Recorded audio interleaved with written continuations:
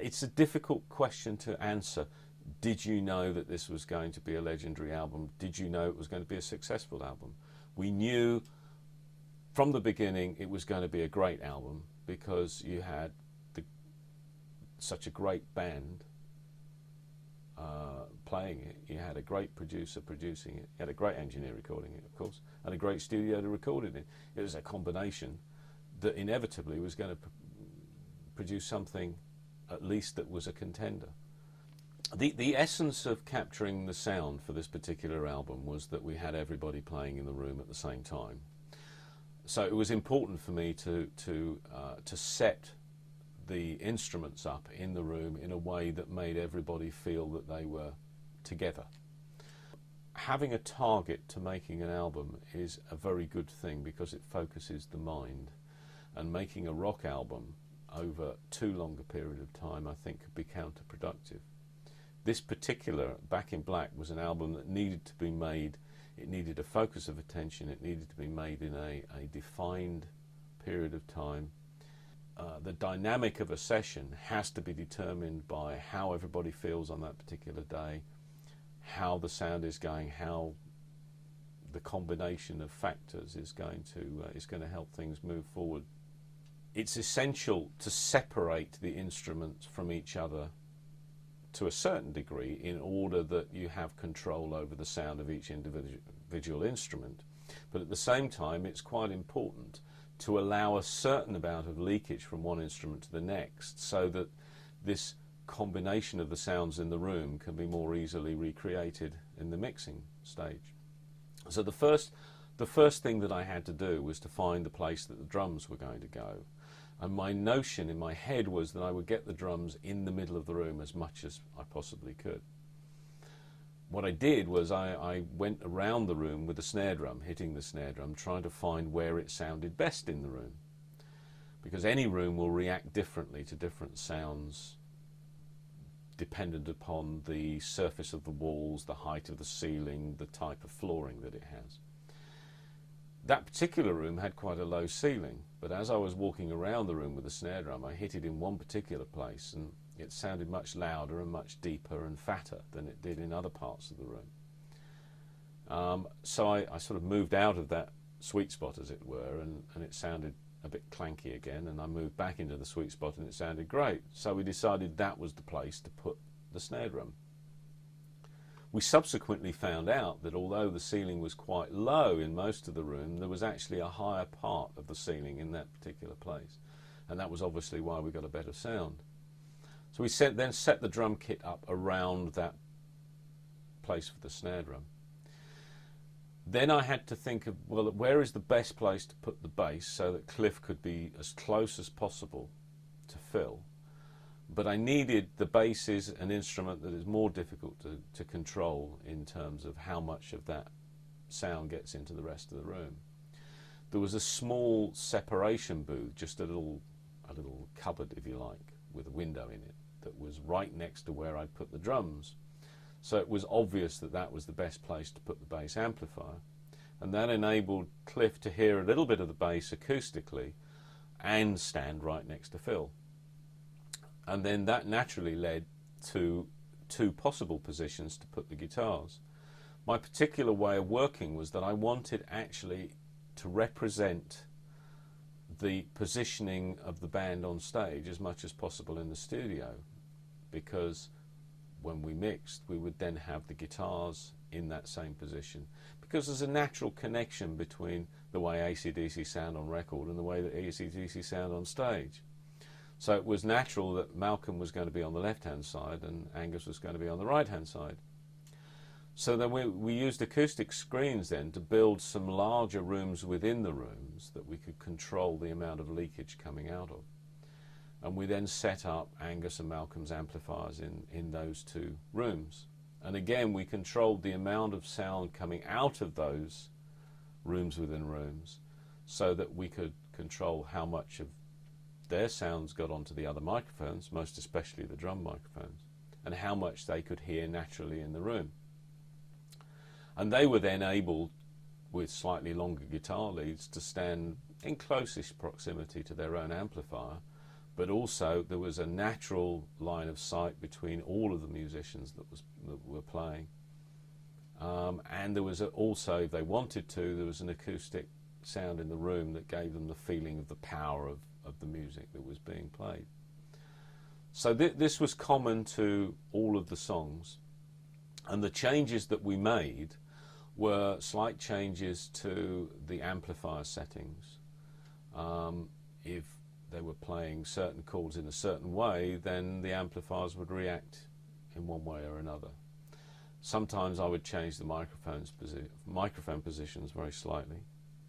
We would change the tuning of the snare drum and the tom-toms and the bass drum to suit each song. Sometimes some of the songs needed a higher snare drum tuning or a lower snare drum tuning, and once you changed the tuning of the snare drum, it was important to change the tuning of the tom-toms so that they played notes within the same chord.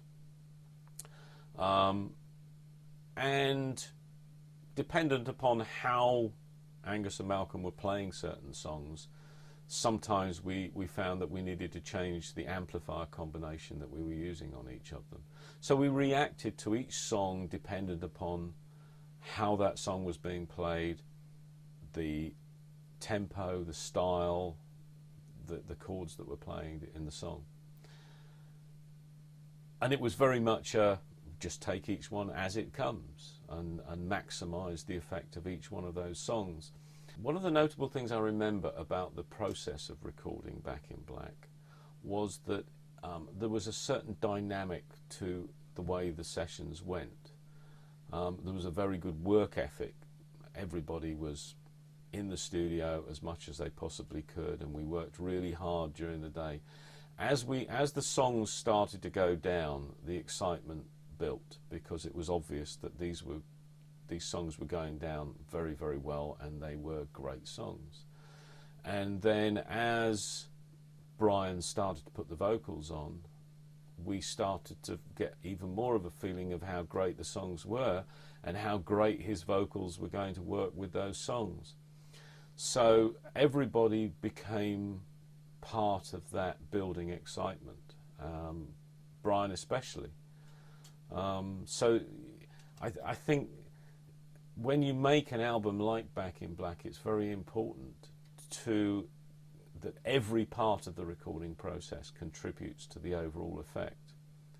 So when people ask me, how come it's such an exciting album, it's because you've got really exciting musicians who know how to play in an exciting fashion. They've got really exciting songs, a really exciting singer, and everybody that surrounded it was really excited, so it's no wonder that kind of comes across on the album at the end of the day.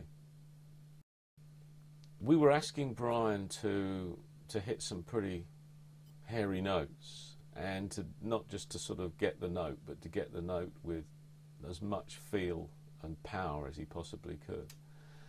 And sometimes he needed to work up to that, but when he did work up to that, he would then just... part of the process of producing and recording music like this is to try and help the process along by encouragement and making sure that somebody's comfortable when they're performing their particular part, and being attentive to them when they're recording. The worst possible thing is lots of people sitting in a control room chatting whilst the poor person the other side of the window is trying to give of their all. So there was a certain audience nature to what was going on. We were the audience for Brian, albeit a small audience, while he was performing those songs. And I think that encouraged him to perform. So it was quite natural that some of the most extraordinary performances that he gave on some of those songs, you just, the only comment you could make when he'd finished that performance was to push the talk back and clap, because it said everything. As an engineer, your role is to apply your talents to capturing the performance of the musician that you're working with at that particular time. I had no experience of how Brian made the Geordie albums, so I didn't know how he worked. So my first task was to ask him, how do you like, where do you want to be in the studio, is there a particular microphone you prefer? Just to ask all the relevant questions. My usual way of working is to try one or two different microphones, to put with singers, to put the singer at their ease by not putting the red light on the second that they walk into the room, just going through the process that I have to go through to ensure that I'm going to make the best recording. So I had to try different microphones and different pieces of equipment to facilitate the recording. So we went through that. We found the best part of the room for him to sing in that made him feel most comfortable. We spent a bit of time getting the lighting right. We made sure that he had a stool to sit down on, and he had his music stand to put his lyrics on, and we made a little table for him to put his glasses of water on. And it was very much about making him feel comfortable at the beginning of that whole process. All musicians perform best if you can create an environment that they feel most comfortable in. And Brian was certainly no exception in that, and my approach to recording any musician is always the same, is just to try and make people feel as comfortable and as natural as they possibly can. And that, I believe, leads to extraordinary performances from people.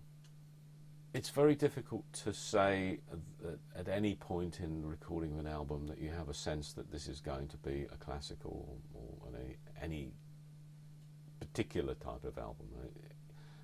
It's obvious that every album that one goes in to record should be the best album that you've ever done. And I've always maintained that particular attitude. And I think certainly from the artist's point of view, that should always be the attitude. They're going to go in and make absolutely the best album that they've ever made in their life. Having done that, there are a whole host of other factors that come to bear that will make that album successful or not successful. And there are indeed large numbers of fantastic albums that, in the big scheme of things, were not commercially successful. So in terms of how successful Back in Black was, it was a whole host of different factors that were brought to bear on that. I mean, I think important things were, obviously there was a certain amount of publicity from Bond's death, but also the replacement singer was somebody who was much more acceptable to a wider audience. The songs were just a fantastic package of songs. They came along at exactly the right time. They were songs that sounded great on the radio. The band went out and played a tour that was one of the most phenomenal tours that any rock band has ever played. And so everybody got caught up in that. So the album itself was the start of something much, much bigger that contributed to the legend that is Back in Black. I mean, I've had that feeling of great excitement in the studio with an album only a handful of times. And out of those handful of times, probably 50% of those albums were really, really successful.